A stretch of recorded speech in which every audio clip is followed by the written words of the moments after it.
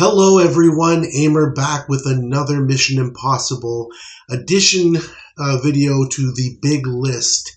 I'm still getting over massive infection, and you can hear from my voice that I'm not 100%, but I'm going to do my best with this one, and let's see how it goes, and we'll pick up where we left off. Starting with number 86, Season 3, Episode 15, The System. The IMF must get casino boss Costa to turn state's evidence on his boss, Mr. V. James Patterson, as IMF target Johnny Costa, is a downer. I can't explain why, really. He just is. Maybe it's just the look that he always seems to have on his face. I'm not sure.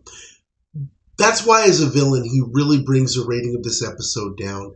His character is what drives this episode, and there just seems to be so much lacking there.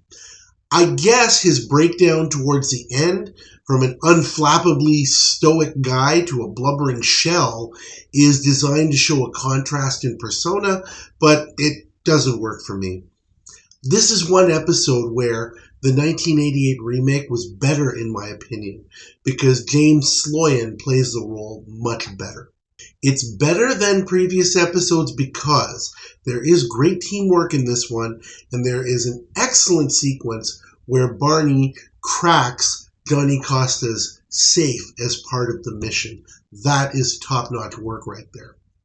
Number 85, Season 5, Episode 4, Homecoming.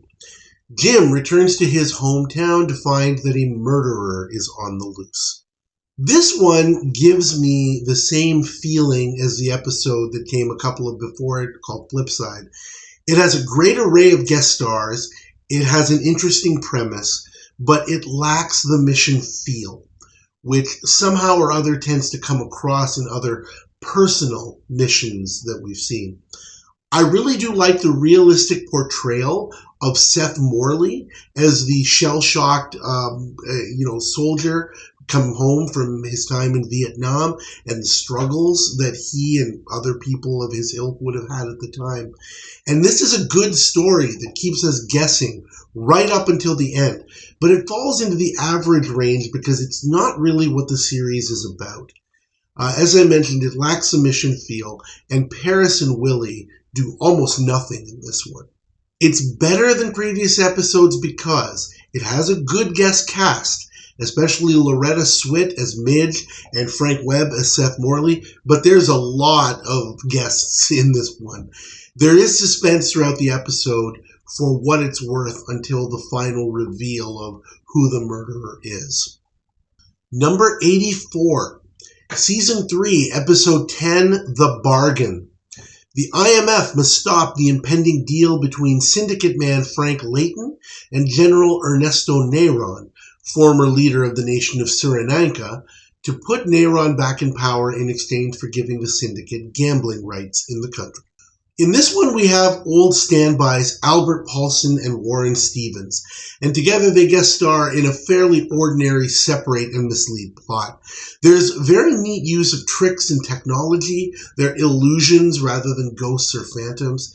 Unfortunately, Albert Paulson is saddled with yet another cantankerous and overbearing character who seems to be half screaming most of the time. He does it well, but it does get somewhat grating after a while. This is a fairly predictable plot. A lot of the action, unfortunately, just has the IMF standing around and waiting. Visually, though, it's quite good, and it's simple to follow. Better because, as mentioned, Albert Paulson is always a plus.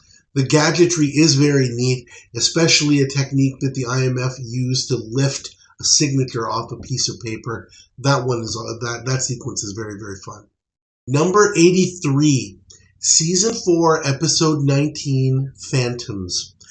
The IMF must find a way to allow dictator Leo Vorka to be removed by his deputy before he can transfer power to the nefarious General Kull. This is an episode that I have really warmed up to. Luther Adler as Vorka had some physical difficulties with his role, as I've mentioned about a couple of other guest stars. but it's really not evident in watching the episode. It doesn't come across so much. I often complain about holograms and spookery being a crutch for lazy plots, and they are in some cases, but not this time, because the whole goal of the IMF in this case is to convince the others around Vorka that he's losing his marbles and he's unfit for office. There's a decent guest cast here, and even though the plot is somewhat predictable, it's not a boring hour. It's better than the previous episodes because Luther Adler is convincing in his role as Vorka. Michael Baselion as General Kull is really good. He's always good when he's on the show. And the final scene with Vorka is very, very well done and works really well visually. Number 82, Season 1, Episode 2, Memory. The IMF must use the help of Joseph Barash, an alcoholic with an eidetic memory, to have a war criminal eliminated by his people. The second episode of any series is always tough. Audiences are always expecting better than the first, but the bloom is always off the rose. In the case of Mission Impossible, the second episode holds its own to a large extent. Albert Paulson is here again. He works great here and is unquestionably the highlight of the episode as Joseph Barash. The actual mission becomes secondary to whether or not Paulson's character will actually endure until the end. That's not really a bad thing, though. It can be considered kind of a formulaic and predictable hour, but it's entertaining, and it actually isn't, calling it formulaic, it contributed to the Mission Impossible formula rather than drawing from it, because obviously it was the second episode. It's better than the previous episodes because, again, Albert Paulson is great. He has a way of making us care about him one way or the other, whether he's a good guy or a bad guy. The sequences at the beginning, I really like the apartment scenes with Dan and Joseph preparing for the mission. They have some fun emotions. Some of the scenes are lighthearted. Some of them express frustration. Those were really nice touches there. Number 81, Season 4, Episode 17, Chico. Rival drug lords Ramon Prado and Arturo Sandoval each have half of a list of undercover agents, and the IMF must retrieve the list before they can arrange to put their halves together. This one is another fairly cookie-cutter affair. It starts a whole slew of A-Team episodes where there's no female agent, just a bunch of guys dealing with another bunch of guys, and the good guys manage to win in the end. There's not a lot of difficulty. The plot is kind of flat, but the episode does work overall. Percy Rodriguez returns as Sandoval in this one, and he's a good actor, but his character doesn't get to do much. So why is this better than previous episodes? Well, Fernando Lamas, who plays Prado, is quite good. We get Nimoy as Paris being the giggling slimeball, which is always good. I love it when Leonard Nimoy portrays that character. And the use of Chico the dog, as well as other gadgetry to pull the mission off, is very, very neat. Number 80, Season 7, Episode 7, Underground. Jim poses as a discredited doctor to find and exfiltrate a syndicate mobster away from a group that purports to shuttle renegades out of the country, but instead uses weird methods to extract information from them. This one is different than anything we've seen before. Many of the plot points are subtly clever. For example, the target mobster is diabetic, and Jim plays an internist who can help him at a key moment. But because there's really only 3 agents who are actually doing anything, because Linda Day George is pregnant and taking it easy, most of their work involves waiting for the marks to kind of follow the steps that the IMF has laid out. I kept wanting things to move faster in this episode. And of course, there's a whole psychedelic lights thing as brain-melting torture, which is pretty lame. It doesn't end up to be a huge level of difficulty in this one. But it's better than Chico in previous episodes, in my opinion, because it's a unique story in a unique setting, and because of that, there is some entertainment value there. There's very, very good work by all the guest stars, but especially by Peter Mark Richmond as the, arrogant doctor who performs these kind of weird psychedelic things on people, and also H.M. Wynant as Gunther Schell, the target that the IMF is looking for. I really also like the opening sequence where the group abduct Schell from protective custody. That was really well done. Number 79, Season 1, Episode 25, Shock. The IMF must neutralize the plan of Peter Curie, an enemy agent, who has kidnapped American negotiator Carl Wilson and replaced him with an imposter named Joseph Gort to sabotage an important political deal. I can't put this one up higher because the pace of this episode is also a bit slow for my liking, but the story works. There is a lot of time spent on the IMF preparing things for and working in their big store to try and get information out of Joseph Gort. The plot is a little bit on the flat side, and it's a somewhat predictable, but it's still not a boring hour. Sorrel Book as Peter Curie is fine in this one. He's a little bit on the lame side and one-dimensional.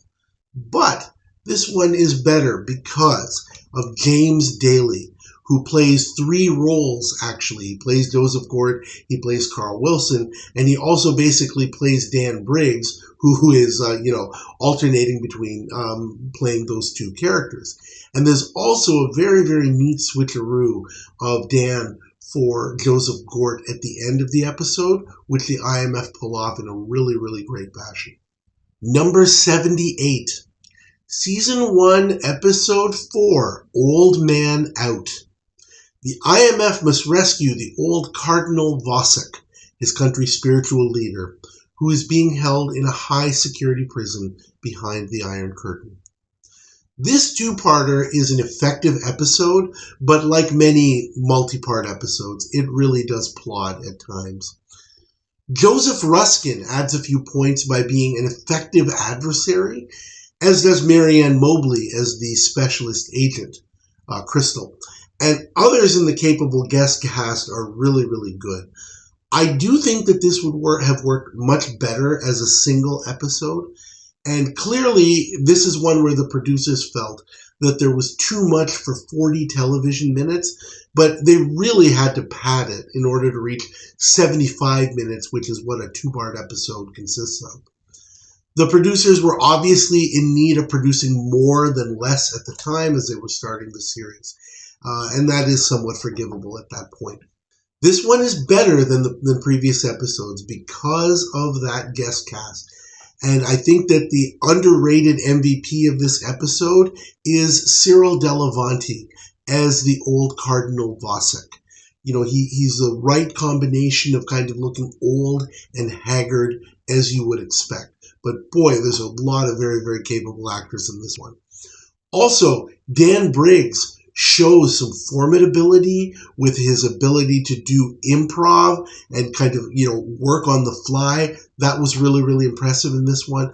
And the way he's kind of able to kind of take control of the situation and run what's called a Bavarian fire drill, where, he puts himself in a position where it looks like he's in command and starts barking orders, and people just kind of comply because they figure, oh, well, he looks like he's in charge.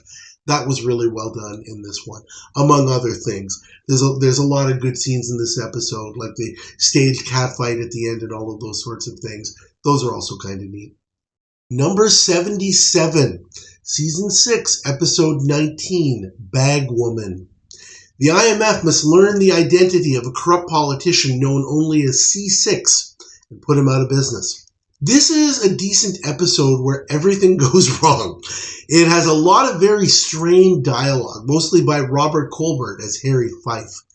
And it gets so strained and painful as he's constantly talking about, the plan that he's put into place and how it's going to shake out.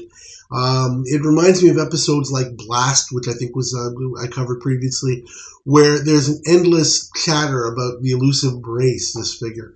And it serves no purpose except to fill time and try and help the audience remember what the whole thing is supposed to be about in the first place, which is really unnecessary. It also has a problem with the fact that the ending is a bit abrupt when the mission is accomplished. And there really isn't a clear bad guy for us to focus on. That is also problematic. However, I will say that this episode is better than the previous ones because it is an entertaining hour. The whole everything goes wrong idea is very uniquely used here. And the MVP of this one is definitely George Stanford Brown as Luke Jenkins. He is excellent in this episode, filling actually multiple roles. Number 76, Season 6, Episode 18, Committed. The IMF must make sure that Nora Dawson is a credible witness at the trial of powerful mob boss Leon Chandler, who is sparing no effort to make sure she doesn't show. This one also suffers from a fair bit of unnecessary expository dialogue, and there are a lot of antagonists here working in different directions, many of whom are quite lame. This one does have a fair bit of action, which is good, and a moderate degree of difficulty, which is also good. The guest cast, I think, is really, really great. Very good casting decisions in just about all of the different parts. And the way that the IMF pulls off the mission is visually quite good as well. This one is better than previous episodes because of Susan Howard as Nora, as of course. She's great. Throughout the entire episode. Also, the scenes where Linda Day George gets to play Jim's crazed niece and kind of just goes ballistic in the psychiatric facility, she was great doing in those scenes. Fantastic. The final courtroom scene where a whole bunch of interesting things happen, that's also a lot of fun. I really do like that scene. Well, I'm glad my voice held up for as long as it did. I know it's been a while since I put out another one of these, and hopefully I'll be better and be able to do the next installment sooner than later. We're right about in the area where we're moving from C to C+, so the episodes are getting better and definitely more interesting to talk about. Please like this review video. Please subscribe to the channel if you haven't already. And please leave your comments for this and other episodes. They're appreciated as always. Thank you guys again, and I'll see you next time.